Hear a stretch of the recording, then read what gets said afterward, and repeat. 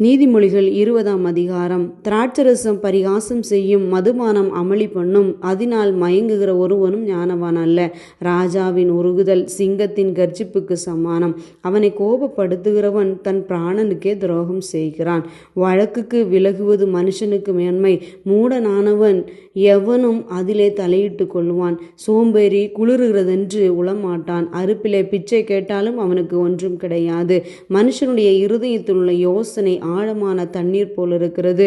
புத்திமானோ அதை மொண்டெடுப்பான். மனுஷர் பெரும்பாலும் தங்கள் தயாளத்தை பிரசித்தப்படுத்துவார்கள். உண்மையான மனுஷனை கண்டுபிடிப்பவன் யார்? நீதிமான் தன் உத்தமத்திலே நடக்கிறான். அவனுக்கு பிறகு அவன் பிள்ளைகளும் பாக்கியவான்களாய் இருப்பார்கள். நியாயாசனத்தில் வீற்றிருக்கும் ராஜா தன் கண்களினால் சகல பொல்லாப்பையும் சிதற பண்ணுகிறான்.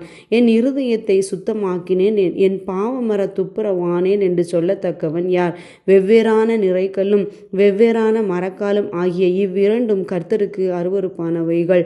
பிள்ளையானாலும் அதன் செய்கை சுத்தமோ செம்மையோ என்பது அதன் நடக்கையினால் விளங்கும். கேட்கிற காதும் காண்கிற கண்ணும் ஆகிய இவ்விரண்டையும் கர்த்தர் உண்டாக்கினார். தூக்கத்தை விரும்பாதே, விரும்பினால் தரித்திரனாவாய். கண் விழித்திரு, அப்பொழுது ஆகாரத்தினால் திருப்தியாவாய். கொள்ளுகிறவன் நல்லதல்ல நல்லதல்ல என்பான், போய்விட்ட பின்போ மெச்சி கொள்வான். பொன்னும் மிகுதியான முத்துக்களும் உண்டு, அறிவுள்ள உதடுகளோ விலை உயர்ந்த ரத்தினம். அந்நியனுக்காக பிணைக்கப்பட்டவனுடைய வஸ்திரத்தை எடுத்துக்கொள். அந்நிய ஸ்திரீ நிமித்தம் அவன் கையில் ஈடு வாங்கிக்கொள். வஞ்சனையினால் வந்த போஜனம் மனுஷனுக்கு இன்பமாயிருக்கும், பின்போ அவனுடைய வாய் பருக்கை கற்களால் நிரப்பப்படும். ஆலோசனையினால் எண்ணங்கள் திறப்படும். நல் யோசனை செய்து யுத்தம் பண்ணு. தூற்றிக்கொண்டு திரிகிறவன் இரகசியங்களை வெளிப்படுத்துவான். ஆதலால் தன் உதடுகளினால் அலப்புகிறவனோடே கலவாதே. தன் தகப்பனையும் தன் தாயையும் தூஷிக்கிறவனுடைய தீபம் காரிருளில் அணைந்து போம். ஆரம்பத்திலே துரிதமாக கிடைத்த சுதந்திரம் முடிவிலே ஆசீர்வாதம் பெறாது. தீமைக்கு சரிகட்டுவேன் என்று சொல்லாதே. கர்த்தருக்கு காத்திரு, அவர் உன்னை இரட்சிப்பார். வெவ்வேறான நிறை கற்கள் கர்த்தருக்கு அருவருப்பானவைகள். கள்ளத்தராசு நல்லதல்ல.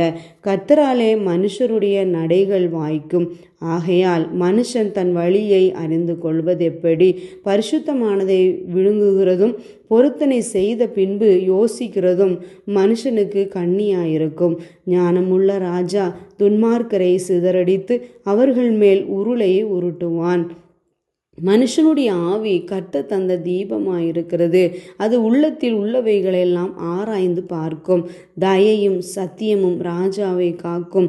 தயையினாலே தன் சிங்காசனத்தை நிற்க பண்ணுவான். வாலிபரின் அலங்காரம் அவர்கள் பராக்கிரமம், முதிர் வயதானவர்களின் மகிமை அவர்கள் நரை. காயத்தின் தழும்புகளும் உள்ளத்தில் உரைக்கும் அடிகளும் பொல்லாதவனை அழுக்கற துடைக்கும்.